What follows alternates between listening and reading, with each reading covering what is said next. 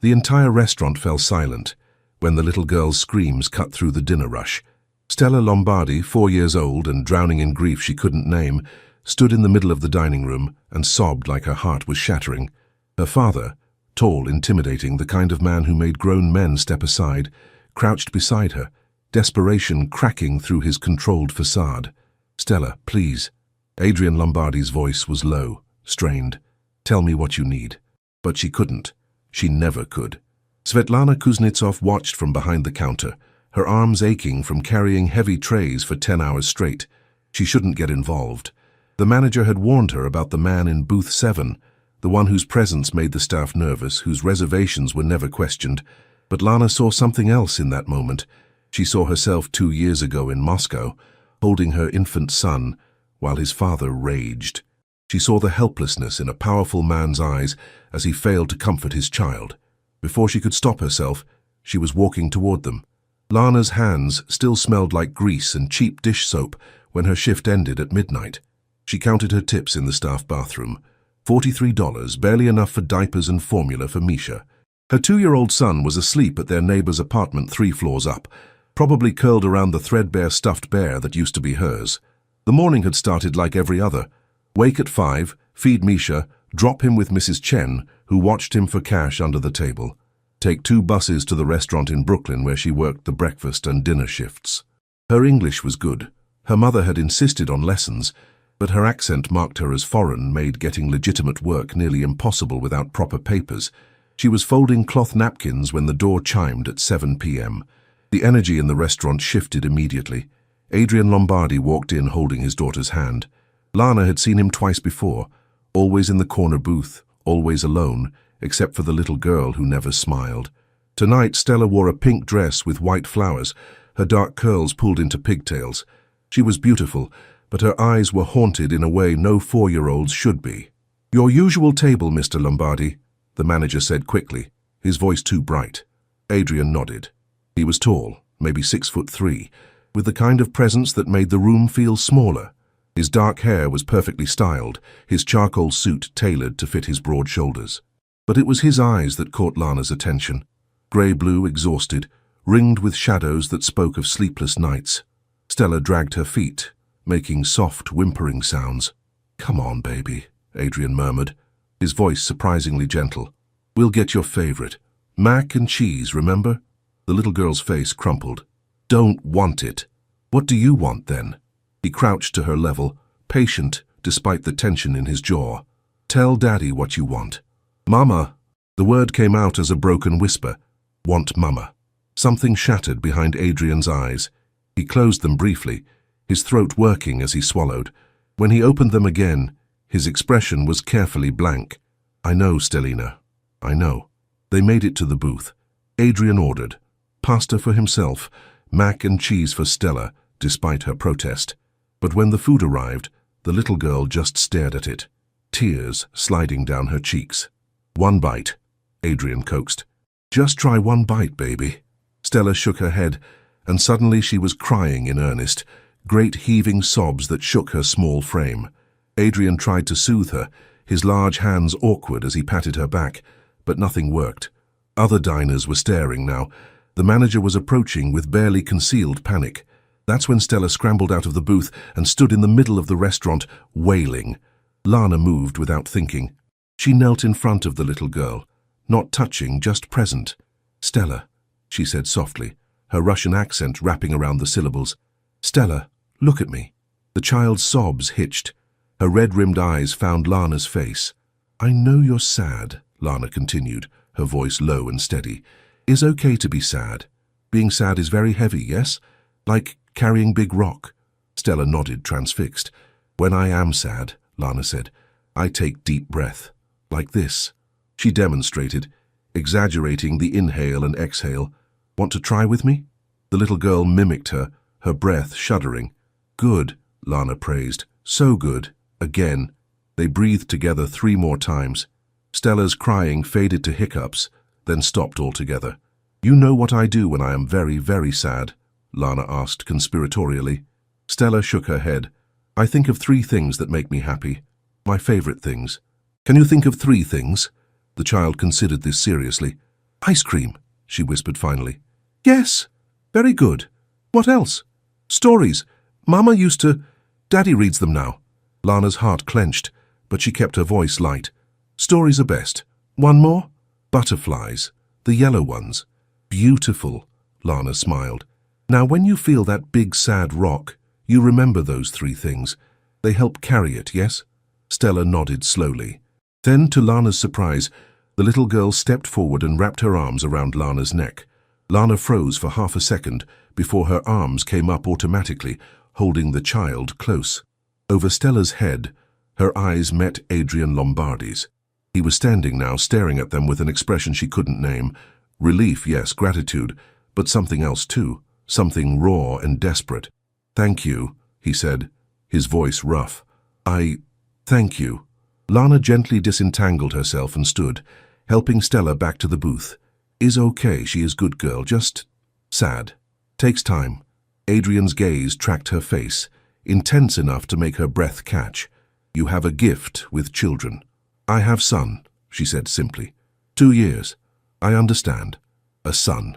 He glanced at her left hand. Bare. Are you married? No, just me and Misha. Something shifted in his expression. He reached into his jacket and pulled out a business card. I need someone to watch Stella. My housekeeper is wonderful, but she's older. Stella needs what you just did. What are you making here? $10, $12 an hour. Minimum wage, Lana admitted, heat rising in her cheeks. Plus tips. I'll pay you $2,000 a week. Cash, no questions asked. His eyes held hers. I need someone who can reach my daughter. Someone she'll trust. $2,000. That was more than she made in 2 months at the restaurant. Her mind raced. This man was dangerous. The staff's fear made that clear. But $2,000 meant Misha could see a doctor when he got sick. Meant real food, not just rice and beans. Meant safety, maybe even a path to legitimate papers eventually. And that little girl needed her. Your son would come with you, Adrian added, as if reading her hesitation. I have a large home, a yard. He'd be safe there. Both of you would. Lana thought of her one-bedroom apartment, with the broken heating, the cockroaches, the neighbor who looked at her like prey. She thought of Misha's cough that wouldn't go away because she couldn't afford medicine. She thought of Stella's eyes, so broken and lost. When I start, she heard herself say. Adrian Lombardi's smile was slow, transforming his hard face into something almost beautiful. Tomorrow, 8 a.m. I'll text you the address. He held out his hand. After a moment, Lana took it. His palm was warm, calloused in unexpected places, and the handshake sent electricity up her arm that she absolutely could not afford to feel. Thank you, Svetlana, he said, reading her name tag. You have no idea what this means. But as she rode the bus home that night, counting the $100 bills he'd given her as an advance, Lana wondered what she'd just agreed to, wondered what kind of man commanded that kind of fear and that kind of respect in equal measure, wondered why her heart was racing at the memory of his grey-blue eyes. If you want to know what she discovered in Adrian Lombardi's world, keep watching. Adrian's home wasn't a house. It was an estate. Lana stood at the iron gates the next morning with Misha on her hip, staring up at the 3-story brick mansion, set back from the street by a circular driveway and manicured lawns. This was Brooklyn, but it might as well have been another planet from her cramped apartment in Brighton Beach. The gates opened automatically after she pressed the intercom. Adrian himself answered the door, dressed more casually than last night. Dark jeans, a black Henley that emphasized his broad shoulders. Without the suit jacket, she could see the edge of a tattoo creeping up the left side of his neck. Dot work, intricate and deliberate. Svetlana. His voice was warm. And this must be Misha. Her son buried his face in her shoulder, suddenly shy. Lana shifted his weight. He is, how you say, timid with strangers. Smart kid. Adrian stepped aside. Come in, I'll show you around. The interior took her breath away. Marble floors, high ceilings, artwork that probably cost more than she'd make in 10 years. But it wasn't cold. There were toys scattered in corners, a child's drawing taped to the refrigerator, family photos on the mantel, photos of a woman who had to be Stella's mother, dark-haired, beautiful, laughing in Adrian's arms. My wife Isabella, Adrian said quietly, noticing her gaze. She died 18 months ago, cancer. I am sorry, Lana said automatically, the English phrase she'd learned early. Stella doesn't understand why Mama isn't coming back. I've tried to explain, but... He trailed off, pain flickering across his face. She just knows her mother left, and she's terrified everyone else will too. Lana's throat tightened. She understood that fear intimately. It's hard for little ones. They love so big. Yeah. Adrian cleared his throat, his walls rebuilding. Rosa, my housekeeper, is upstairs with Stella. Let me introduce you. Rosa Delgado was a woman in her early 60s with kind eyes and graying hair pulled into a bun. She greeted Lana warmly, though her gaze was assessing. You're the woman from the restaurant. Adrian hasn't stopped talking about you. Adrian shot her a look that would have intimidated anyone else. Rosa just smiled. Stella was in a playroom that looked like a toy store had exploded. She was sitting on the floor, arranging stuffed animals in a careful line, her expression solemn. Stella, Adrian said gently. Look who's here. The little girl's head snapped up. Recognition flashed in her dark eyes, followed by something that might have been hope. The butterfly lady. Lana's heart melted. She set Misha down carefully. Hello, Stella. This is my son, Misha. He is 2. Think he can play with your toys? Stella studied Misha with a 4-year-old's gravity. He's little. Yes, very little, but gentle. See? Lana guided Misha toward a pile of soft blocks. He likes building. For the next hour, Lana let the children play, while she learned the routine from Rosa. Stella ate breakfast at 8, had a snack at 10, lunch at noon. She napped reluctantly around 1. She loved books and hated loud noises. She still cried every night for her mama. I've been with this family since Adrian was a boy, Rosa confided over coffee in the kitchen. His father was difficult, but Adrian, he tries so hard to be different. He adores that little girl. It breaks my heart watching him fail to reach her. He is not failing, Lana said firmly. Stella knows he loves her. The hurt is too big right now, but children, they heal. With time and safety. Rosa's eyes softened. You understand more than you should have to. Lana thought of Moscow, of Sergei's fists, of fleeing with an infant in the dead of winter. Yes, I understand. Adrian appeared in the doorway. I have to go to the office for a few hours. You'll be all right? Of course. Lana was already standing. We be fine. His gaze lingered on her face, searching for something. You need anything. Anything at all. Rosa has my number. And Svetlana. He stepped closer, his voice dropping. Thank you. For yesterday. For today. For giving my daughter a chance to smile again. He was too close. She could smell his cologne, see the faint scar on his jaw, feel the heat radiating from his body. Her pulse kicked up in a way that had nothing to do with fear. She is easy to love, Lana managed. You're Stella. Something flared in his eyes. Just Lana is fine. Svetlana is formal. Lana, she repeated, and he smiled. Lana, he echoed, and the way he said it, low, almost reverent, made her shiver. Then he was gone, and she could breathe again. The day passed in a blur of small miracles. Stella held Misha's hand when he stumbled. She shared her goldfish crackers at snack time. When it was story time, she actually laughed, a rusty, unpracticed sound that made Lana want to cry. You're magic, Rosa declared when the children were napping. I haven't heard her laugh in months. Not magic. Just, I see her. Children, they know when you really see them. That evening, when Adrian returned, he found all 3 of them in the backyard. Lana was pushing Stella on the swing while Misha chased a butterfly through the grass, shrieking with delight. Adrian stopped in the doorway, watching them. The late sun caught in Lana's blonde hair, turning it gold. Her smile was genuine, unguarded, as she listened to Stella chatter about the butterfly they'd seen. A yellow one, like she'd mentioned yesterday. She looked like she belonged there in his garden, making his daughter happy. The thought should have terrified him. Instead, it felt like relief. Higher, Stella demanded, and Lana obliged, her laughter mixing with the little girl's squeals. This, Adrian thought, this is what I've been missing.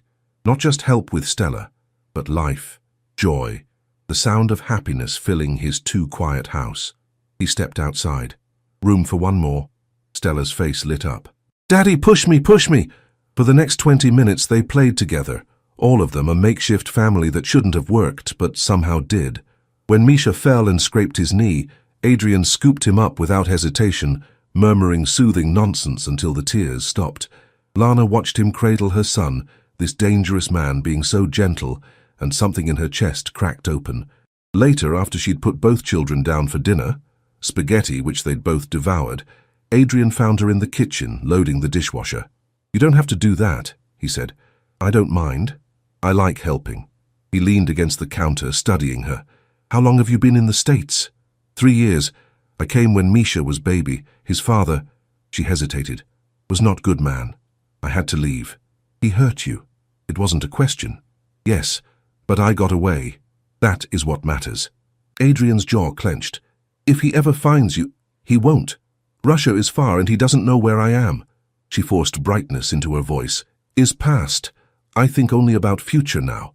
A future here, in New York? If I can stay.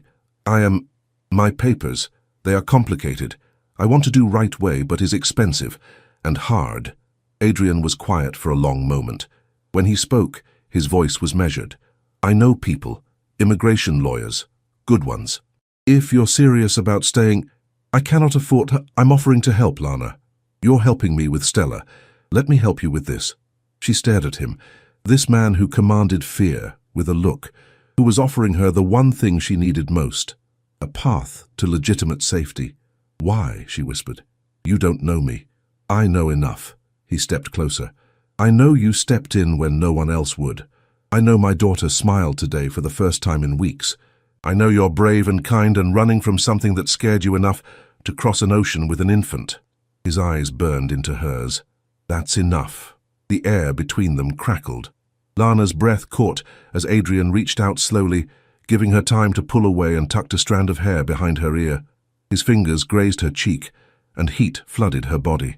"This life I live," he said quietly. "It's not simple. I've done things I'm not proud of, things I can't undo, but I'm trying to be better. For Stella, for—" He trailed off, his gaze dropping to her lips. "For people who deserve better." "Adrian!" The doorbell rang, shattering the moment. Adrian stepped back, his expression shuddering. "That'll be Marco, my associate. I have business to discuss." Business. The reminder of who he was, what he did. Lana nodded, suddenly cold. "I should get Misha. We go home now." "Stay," Adrian said quickly. "Both of you. I have guest rooms." "No." She needed distance, needed to think. "Thank you, but no, we come back tomorrow, yes?" He looked like he wanted to argue, but finally nodded. "Tomorrow, 8 a.m. But as she gathered Misha and headed for the door, she heard voices from Adrian's office, angry voices, and one phrase clear and sharp. "Can't go soft now, not with the Volkov family circling." Volkov, her maiden name. Common in Russia, probably a coincidence, but it sent ice through her veins.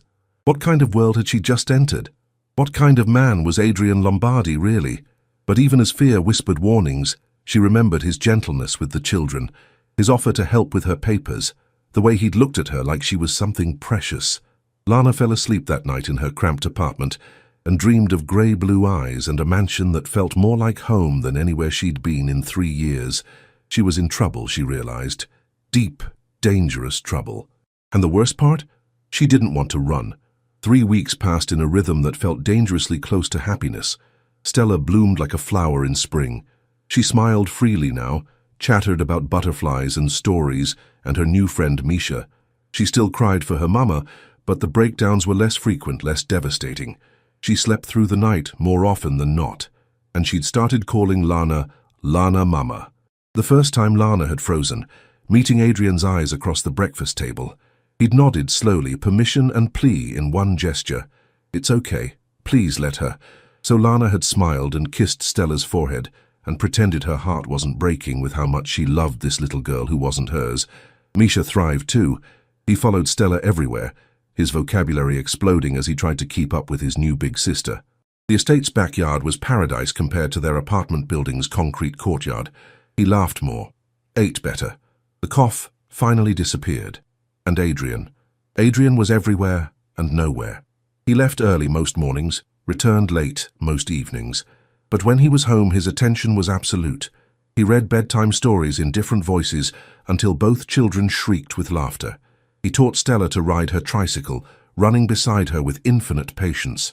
He let Misha help him work in his office, the toddler scribbling on paper, while Adrian handled business calls in Italian and English. And he watched Lana. She felt his gaze constantly, when she braided Stella's hair, when she sang Russian lullabies, when she moved through his house like she'd been there forever. The air between them stayed charged, electric, every accidental touch a spark. One evening, after the children were asleep, Lana found Adrian in the garden. He was nursing a glass of whiskey, staring at nothing. "Is it okay if I join you?" she asked. He turned, and even in the darkness she saw his smile. Always. She sat on the bench beside him, leaving careful space between them. "Long day?" "Complicated day. Business issues." He took a drink. "Nothing for you to worry about." "Your business is dangerous, yes?" He was quiet for so long she thought he wouldn't answer. "Yes," he said finally. "My family's been in certain circles for generations. I inherited responsibilities, obligations." He looked at her.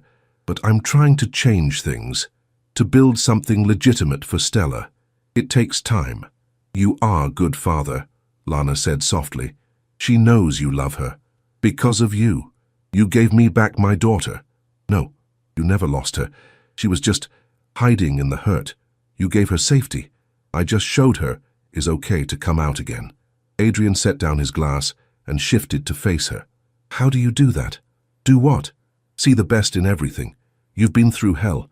I see it in your eyes sometimes when you think no one's watching, but you're still so full of hope, of kindness."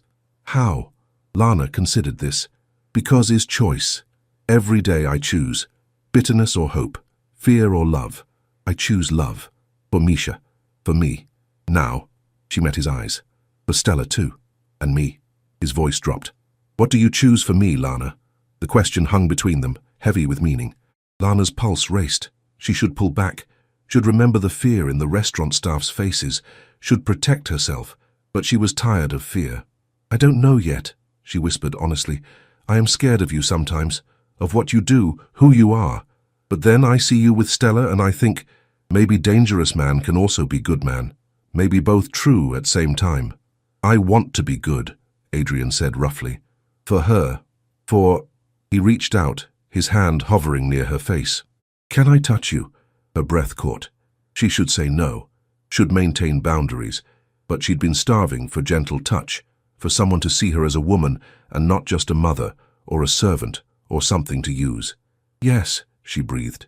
His palm cupped her cheek, warm and calloused. His thumb traced her cheekbone, reverent. "You're so beautiful, so strong. I've never met anyone like you. Adrian, I know I shouldn't. I know this is complicated. You work for me, you're vulnerable, I should keep my distance." His eyes burned into hers. "But I can't stop thinking about you, about this." He leaned closer, his breath ghosting across her lips. "Tell me to stop, and I will. Tell me this is just me, and I'll never mention it again." Lana's hands came up to grip his shirt, not pushing away but pulling closer. "Is not just you." He kissed her like a drowning man finding air, soft at first, questioning, then deeper when she responded. His free hand slid into her hair, angling her head as he tasted her. Lana's world narrowed to sensation. His lips, his tongue, the scrape of stubble against her skin, the solid heat of his body. When they finally broke apart, both breathing hard, Adrian rested his forehead against hers. "Bože moi," Lana whispered. "My God." "Yeah." His laugh was shaky. "That." They stayed like that for a long moment, wrapped in each other, the night air cool around them. Finally, Adrian pulled back enough to meet her eyes. "I don't do this," he said quietly. "Since Isabella died, I haven't— there's been no one. I didn't want anyone. But you—" He touched her face again. "You made me want to live again, to feel again." "I am scared," Lana admitted. "Not of you, of this, of wanting something so much when everything can disappear so fast." "I know. But Lana—" He kissed her forehead, tender and sweet. "I'm not going anywhere. Neither are you. Whatever this is, we'll figure it out together, okay?" She nodded, letting herself believe him, letting herself want this. They sat in the garden until midnight, talking about everything and nothing.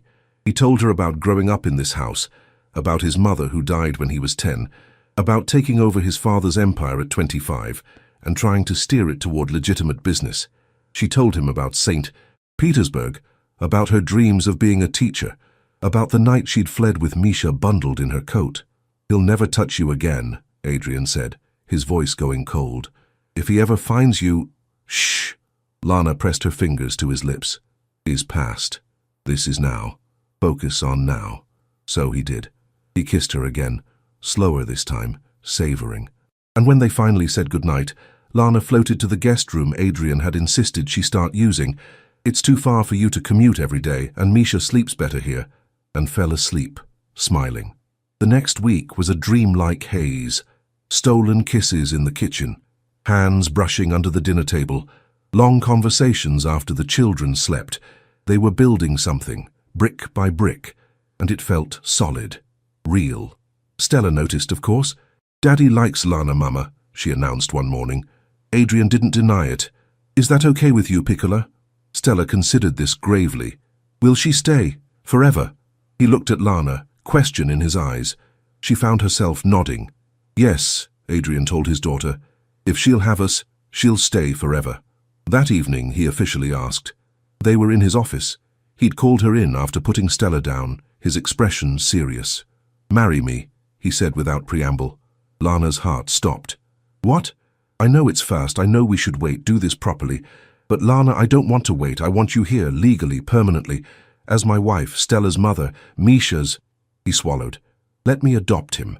Let me give you both my name, my protection, everything. Adrian, this is crazy. Is it? He pulled her close. Does this feel crazy? He kissed her, deep and sure. Does this? No. It felt like coming home. Like the safety she'd been chasing since childhood. Like love, huge and terrifying and absolutely right. Yes, she heard herself say. Yes, I will marry you. But slowly, okay? We take time. We do right for children. Whatever you want. As long as the answer is yes. They told the children the next morning. Stella shrieked with joy and threw herself at Lana, chattering about being flower girl. Misha didn't fully understand, but clapped his hands because everyone else was happy. Rosa cried and hugged them both. About damn time, she said. For 3 perfect days, Lana let herself believe in fairy tales. That she'd escaped her nightmare and found her happy ending. That love really could conquer all. Then, on a Thursday afternoon while the children napped, Adrian's phone rang. She watched his expression shutter as he listened, watched his jaw clench. Quando? When? Dannazione. Damnation. I'll handle it. He hung up and immediately dialed another number. Marco, we have a problem. The Russians are making a move. Yes, today. Get everyone to the safe house. His eyes found Lana's. Including my family. Fear iced her veins. What's happening? Business rivals. Old enemies resurfacing. It's nothing, he said, but his body language screamed danger. I need you and the children to go with Marco. Just for today, maybe tonight, Rosa too. Adrian, please. He gripped her shoulders. I can't focus on handling this if I'm worried about you. Please, Lana. Trust me. So she did. She let Marco, Adrian's right-hand man, scary but loyal, drive them to a nondescript house in Queens. She settled the children with Rosa, pretending everything was fine, even as her heart hammered. And she waited. Night fell. Adrian called once to say he was handling it, that they were safe, that he loved her. The words hit her like a punch, their first I love you, delivered over the phone during a crisis. Ya tebya lublю, she whispered back. I love you too. At midnight he finally came. He looked exhausted, a bruise blooming on his jaw but whole, alive. Is it over? She asked. For now. He pulled her into his arms, his grip almost painful. God, Lana, when I thought they might have gotten to you, we were safe. You kept us safe. He kissed her desperately and she kissed back just as fiercely, reassuring them both that they'd survived, that this fragile, perfect thing they were building hadn't shattered. But later, as they returned to the estate with the children still sleeping, Lana realized something. This would be her life now, living with the shadow of danger, always looking over her shoulder, teaching Stella and Misha to do the same. Was love worth that price? She looked at Adrian, at the way he checked every lock, every window, his body positioned between her and any potential threat, at the way he'd risked everything to protect them. Yes, she decided.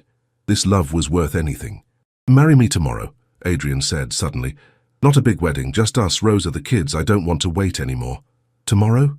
She should argue. Should insist on doing things properly. But she'd lost too much in her life to caution, had learned the hard way that tomorrow was never guaranteed. Tomorrow, she agreed. They were married at noon the next day in Adrian's garden, with Stella as flower girl and Misha as ring bearer. Rosa officiated. She had a license from years ago, apparently. It was small and perfect and theirs. When Adrian kissed his bride, Stella cheered. Misha clapped, and Lana let herself believe, finally, that she was home. The first month of marriage was an adjustment. Lana officially moved into the master bedroom, though they'd been sleeping there for weeks already. Adrian's immigration lawyer fast-tracked her papers. Having proper documentation felt like a weight lifting. Misha started calling Adrian Papa, which made the big scary Mafia boss's eyes go suspiciously bright. And Stella, thriving and happy, started preschool at a private academy where she made friends and brought home artwork covered in butterflies. Everything was perfect, too perfect. Lana should have known it couldn't last. The call came on a Tuesday, while Adrian was at a business meeting across town. Stella and Misha were at Adrian's mother's house. His mother lived in Connecticut now, a sweet woman who'd welcomed Lana with open arms and insisted on weekly visits with her grandchildren. The children were safe. Away. That would matter soon. Marco burst into the kitchen where Lana was making dinner. "We need to go, now." "What's happening?" "The Kozlov family. They found out about Adrian's marriage. About you." His face was grim. "They're coming." Her blood turned to ice. Kozlov. One of the families Adrian had been working to distance himself from. One of his father's old alliances gone sour. "Why me?" "Your leverage. They think they can use you to force Adrian back into their operations." Marco was already pulling her toward the garage. "Adrian's on his way, but we need to move." They drove to a secure building in Manhattan, one of Adrian's legitimate properties, a high-rise with security and panic rooms. Marco positioned her in a 20th floor office and stationed guards outside. "Stay here, don't leave for any reason. Adrian will come for you." She nodded, throat tight. An hour passed, then 2.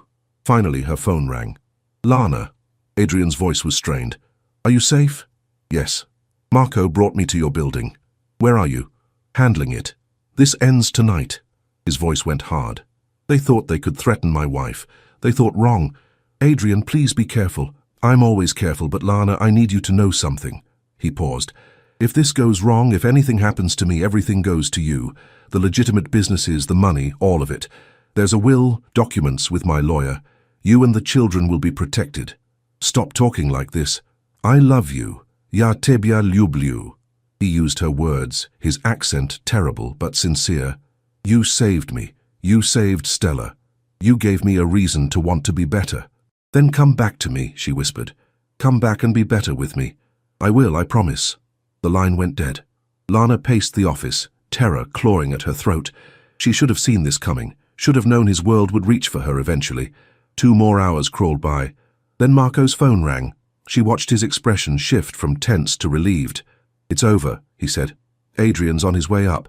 When the door opened and Adrian walked in, suit rumpled, knuckles bruised, but alive and whole, Lana launched herself at him. He caught her, arms banding around her like steel. "I'm okay," he murmured into her hair. "We're okay. They won't bother us again." "What did you do?" "What I had to." He pulled back to cup her face. "They came at my family, Lana. There are lines you don't cross. They learned that tonight." She didn't ask for details, didn't want to know. Some things were better left in shadow. "Take me home," she said instead. "Take me to our children." They picked up Stella and Misha on the way, both kids sleepy and cranky. Once home, they put them to bed together and then collapsed into their own bed, holding each other in the darkness. "I'm leaving it," Adrian said suddenly. "All of it. My father's old connections, the dangerous shit. I've been working toward it for years, but tonight made it clear. I can't do this halfway. Not with you. Not with them." "You mean it?" "I'm out, Lana, completely. I'll focus on the legitimate businesses. Real estate, restaurants, investments. It'll take time to fully extract myself, but I'm done. No more looking over our shoulders. No more fear." She turned in his arms, studying his face in the moonlight. "You would do that? Give up that power? For you? For Stella and Misha?" Without hesitation, he kissed her softly. "You're my power now. You're what makes me strong." Lana kissed him back, pouring everything into it. Love, trust, relief, hope. And when he made love to her that night, it felt like a promise. A new beginning. The next morning, Adrian made calls. Serious, final calls. She heard fragments. I'm out. Transfer my share. Family commitments. And slowly, over the following weeks, she watched him transform. No more late-night crisis meetings. No more tension in his shoulders. He smiled more, laughed easier. He was at dinner every night. He coached Stella's soccer team when she started.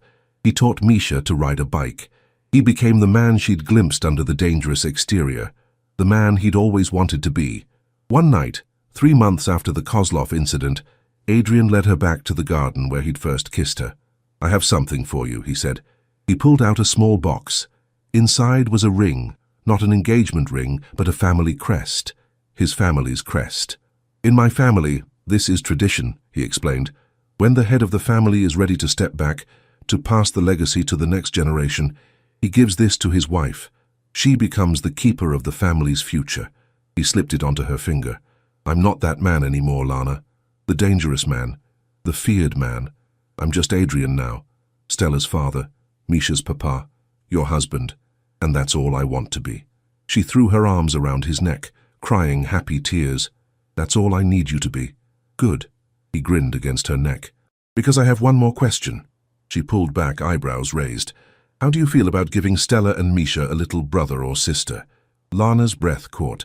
Are you asking, I want more children with you. I want us to fill this house with love and laughter and chaos. I want everything, Lana, with you. She kissed him, tasting joy and future and forever. Yes, she whispered against his lips. Yes to everything. 1 year later, Lana woke to sunlight streaming through the bedroom windows and small hands patting her very pregnant belly. Baby awake? Stella whispered loudly. Shh, don't wake Mama yet. Adrian's voice came from the doorway, amused. She needs rest. I'm awake, Lana said, smiling as she struggled to sit up. 8 months pregnant was no joke. Good morning, Moya Dorogaya. My dear. Stella climbed onto the bed carefully, pressing her ear to Lana's stomach. At 5 years old, she was the perfect big sister. Excited, gentle, endlessly curious about the baby. I think it's a boy, Stella announced. I want a brother. Misha needs backup against all us girls. Adrian laughed, settling on the bed's edge. Backup, huh? Already planning sibling alliances? Duh, Daddy.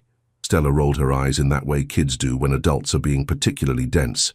Misha toddled in moments later, still rumpled from sleep, and climbed into Adrian's lap.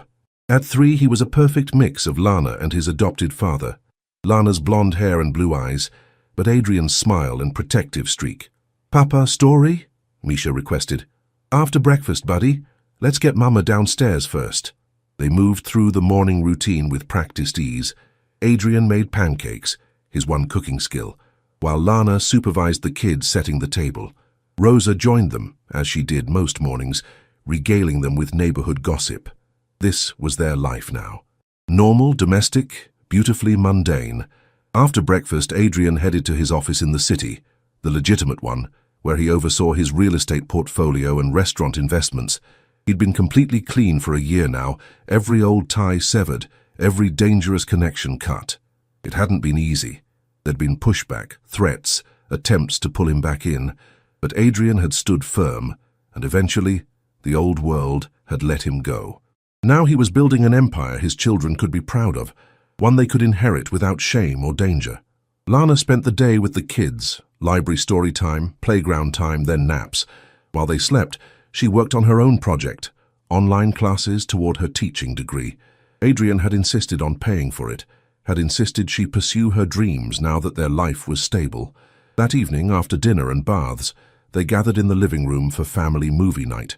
Stella picked Moana for the 100th time, and they piled onto the massive couch together, kids sandwiched between parents, drowsy and content.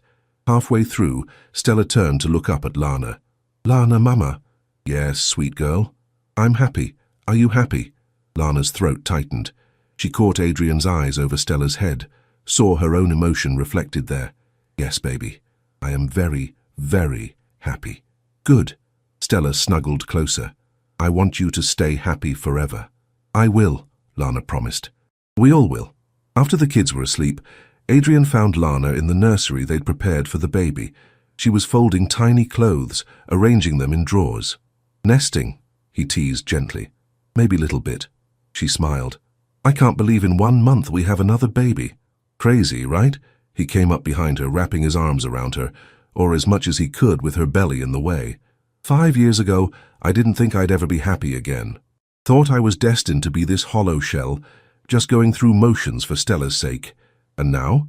Now I'm so full of happiness it scares me sometimes, like it's too much, and I'll wake up to find it was all a dream. Lana turned in his arms. Is not dream. Is real. We are real. He kissed her. Slow and sweet. I love you. So damn much. Ja tebya lublю, she whispered back. 2 weeks later, Lana went into labor. Adrian was a wreck, pacing the hospital waiting room until Rosa smacked him and told him to get back in there with his wife. But when their son was born, healthy and screaming, he cried openly. What's his name? The nurse asked. Adrian looked at Lana. They'd discussed options but hadn't decided. Marco, Lana said softly, after the man who kept us safe. Marco Lombardi. Adrian nodded, too emotional to speak. He'd already called Marco to tell him. The man had actually choked up on the phone. They brought the baby home 3 days later. Stella and Misha were beside themselves with excitement, hovering over their new brother like tiny bodyguards. He's so small, Stella breathed. I'm going to protect him forever. Me too, Misha declared. No one hurts baby Marco. Adrian met Lana's eyes across the room and smiled, their children already fierce with love. That night, after everyone was settled, Adrian found Lana in the rocking chair, nursing Marco. The moonlight painted them silver. Hey, he whispered, not wanting to disturb the moment. Hey yourself, she smiled up at him. Can't sleep. Didn't want to. Wanted to watch you. Memorize this. He knelt beside the chair. Do you remember that night in the restaurant? When you walked up to Stella? Of course. I knew then. In that moment, watching you calm my daughter, I knew my life was about to change, that you were going to be everything. He touched Marco's tiny hand. I just didn't know how much everything would be. Good everything. The best everything. You gave me back my daughter, gave me a son, now 2 sons. You gave me a future I actually want to live. You made me a better man, Lana. The man I always wanted to be but couldn't find on my own. She reached out, cupping his face. You did that yourself. I just loved you while you did. Then keep loving me. For the next 60 years, through all the chaos and joy and mess. He grinned. Deal, deal. She laughed softly. Later, much later, Adrian stood in the doorway of Stella's room watching her sleep.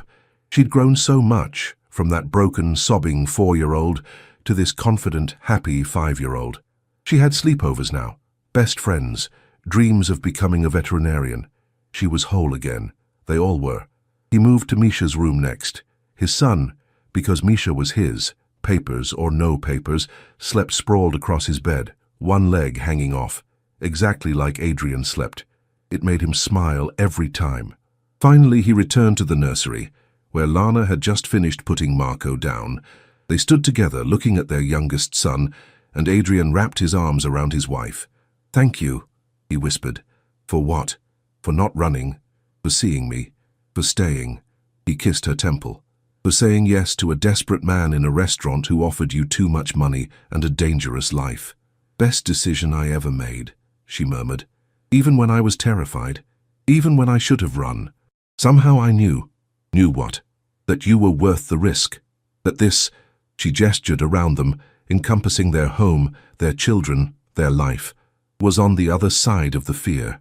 That love was waiting, if I was brave enough to reach for it. You're the bravest person I know, Lana Lombardi. And you are the best man I know, Adrian Lombardi.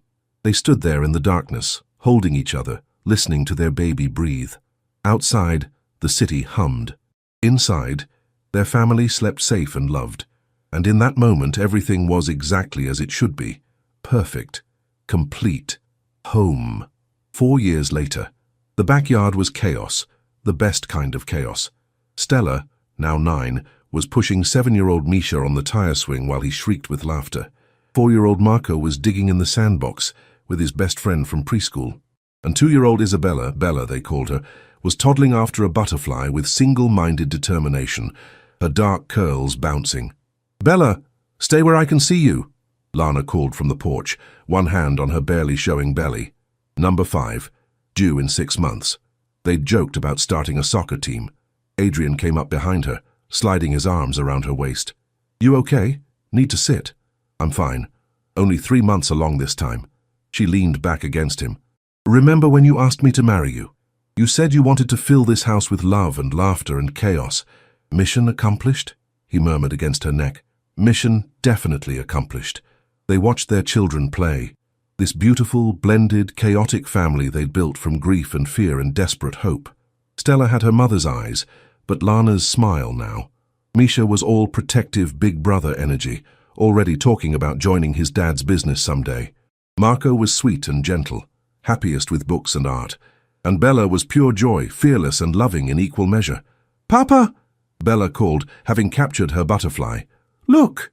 Adrian jogged down to admire it, crouching to her level, and Lana's heart swelled watching them. This man who'd once been feared across New York now spent his days coaching soccer, attending dance recitals, and having tea parties with stuffed animals. He'd kept his promise. He'd walked away from that life completely and never looked back.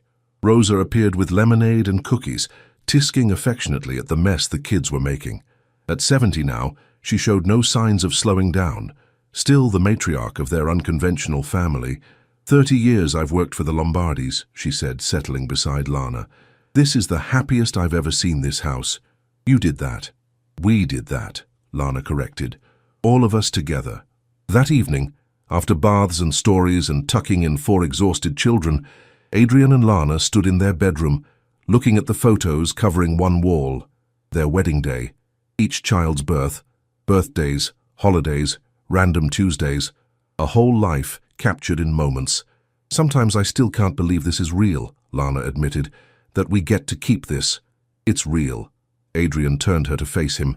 "And we do get to keep it, because we chose it. Every day we choose this. Choose each other. Choose our family.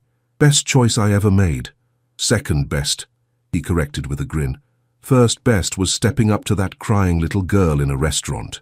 "No." Lana shook her head. "That little girl stepping into my life, that was fate. Choosing to stay, to build this.